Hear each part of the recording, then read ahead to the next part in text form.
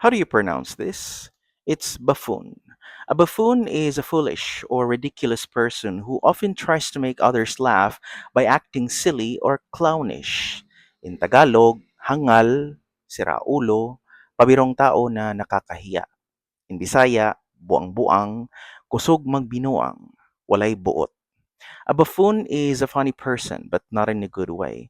Someone who makes people laugh, but usually because they act stupid, silly, or embarrassing, not because they are actually funny or witty. If someone acts foolish or immature just to get attention, people may call them a buffoon. For example, don't be such a buffoon. This is a serious matter. Ayaw pagbuang-buang, seryoso ning nga butang.